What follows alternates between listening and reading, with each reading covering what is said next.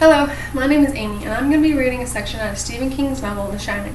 And part of the chapter I'll be reading is called Inside 217. Danny was standing outside room 217 again. The passkey was in his pocket. He was staring at the door with a kind of drug avidity, and his upper body seemed to twitch and jiggle beneath his flannel shirt. He was humming softly, tunelessly. He hadn't wanted to come here, not after the fire hose. He was scared to come here. He was scared that he had taken the passkey again, disobeying his father. He had wanted to come here. Curiosity killed the cat. Satisfaction brought him back.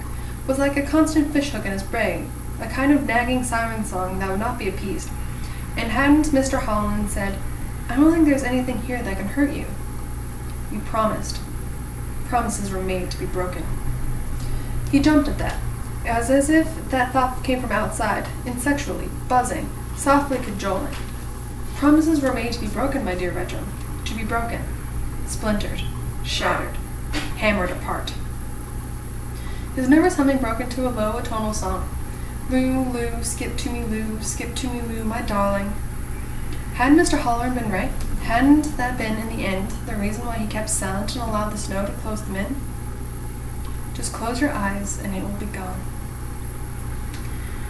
What he had seen in the presidential suite had gone away, and the snake had only been a fire hose that had fallen onto the rug. Yes, even the blood in the presidential suite had been harmless, something old, or even thought of as something that was done with. Like a movie only he could see. There's nothing, really nothing, in this hotel that could hurt him. And if he had to prove that to himself by going to this room, shouldn't he do so? Lou, skip to me, Lou. Curiosity killed the cat, my dear Redrum. Redrum, my dear. Satisfaction brought him back, safe and sound, from toes to crown, from head to ground. He was safe and sound. He knew that those things are like scary pictures, and that it can't hurt you, but oh my God, what big teeth you have, Grandma. And is that a wolf in a blue beard suit, or a blue beard in a wolf suit? I'm so glad you asked, because curiosity killed the cat, and it was hope of satisfaction that brought him. Up the hall, treading softly over the blue and twisted jungle carpet, he had stopped by the fire extinguisher and had put the brass nozzle back into the frame and had poked it repetitively with his finger, heart thumping, whispering, "Come on and hurt me. Come on and hurt me, you cheap trick. Can't do it, can you, huh? You're nothing but a cheap fire hose.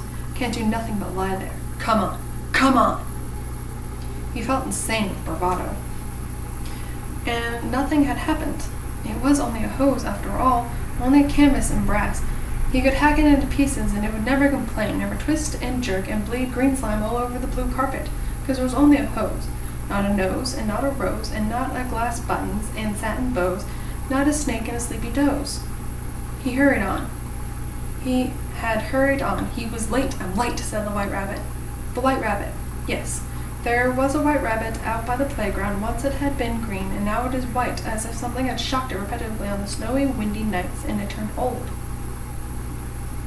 Danny took the passkey from his pocket and slid it into the lock. Lou. The White Rabbit had been on its way to the croquet party and the Reds Queens croquet party. Stork for mouths, hedgehogs for balls. He touched the key, let his fingers wander over it. His head felt dry and sick. He turned the key and tumblers thumped back softly.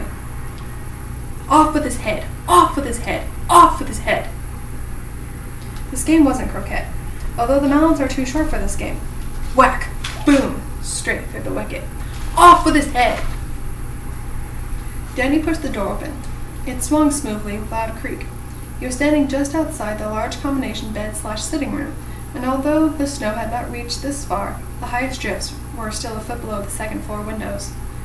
The room was dark because Daddy had closed all the shutters in the western exposure 2 weeks ago.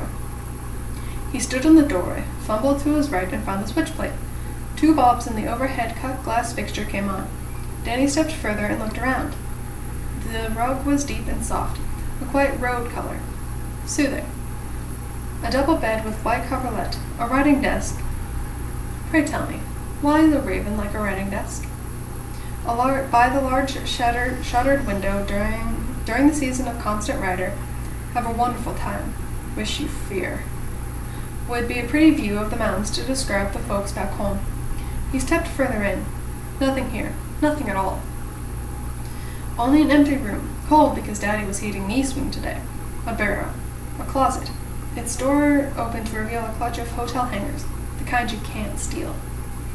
The Gideon Bible on the end table. To his left was a bathroom door, a full-length mirror on it reflecting his own white-faced image. That door was ajar, and he watched as his double nodded slowly. Yes, that's where it was. Whatever it was, in there. In the bathroom. His double walked forward as if to escape the glass. It put its hand out and pushed it against his own. Then it fell away at an angle as the bathroom door swung open. He looked up. A large room, old-fashioned, like a pool car. A tiny white hexagonal tiles were on the floor. At the far end, a toilet with a lid up. To the right was a wash bin and with another mirror above it, the kind that hides a medicine cabinet. To the left was a huge white tub on claw feet, the shower curtain pulled closed. Danny stepped into the bathroom and walked toward the tub dreamily, as if propelled from outside himself, as if the whole thing was one of the dreams that Tony had brought him, that he would perhaps see something Daddy had forgotten or Mommy had lost, and something that would make them both happy. So he pulled the shower curtain back. The woman in the tub had been dead for a long time. She was bloated and purple. Her gas-filled belly rose out of the cold ice rim like some fleshy island. His eyes were fixed on Danny's. Glossy and huge, like marbles. She was grinning, her purple lips pulled back in a grimace, her breast lolled, her pubic hair floated, her hands were frozen on the curled porcelain sides like the tub, like crab claws. Danny shrieked, but the sound never escaped his lip. Turning inward and inward, it fell down in his darkness like a stone in a well. He took a single blundering step backward, hearing the heel clack in the white hexagonal tile. At the same moment his urine broke, spilling effortlessly out of him. The woman was sitting up. Still grinning, her huge marble eyes fixed on him, she was sitting up. Her dead palms made squirting noises on the porcelain. Her breasts swayed like ancient cracked punching bags. There was a minute sound of breaking eye shards. She was not breathing. She was a corpse, and she was dead for a long time. Danny turned and ran, bolting through the bathroom door, his eyes startled from their sockets, his hair on end, like the hair of a hedgehog that had turned into a sacrificial croquette or a rook. Ball. His mouth opened and soundless. He ran full tilt into the outside door of 217, which was now closed. He began hammering on it far beyond realizing that it was unlocked, and he had only had to turn the knob to let himself out. His mouth pealed forth deafening screams that were beyond human auditory range. He could only hammer on the door and hear the dead woman coming from him. Bloated belly, dry hair, outstretched hands, something that had lain slain in the tub for perhaps years, embalmed in their magic. The door would not open, would not.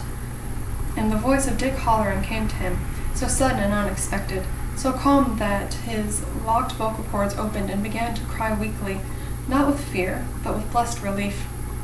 I don't think they can hurt you. They're like pictures in a book. Just close your eyes, and they'll be gone. His eyelids snapped down, his hands curled into balls, his shoulders hunched with the effort of his concentration. Nothing there, not there at all. Nothing there, there's nothing. Time passed. And he was just beginning to relax, just beginning to realize that the door must be unlocked and he could go, when the ears' damp, bloated, fish-smelling hands closed softly around his throat, and he was turned implacably around to stare at the dead and purple face. I hope you really liked it. It's one of my favorite parts of the book. But sorry this is 9 minutes long, and I'm kind of sorry I ran over a little bit.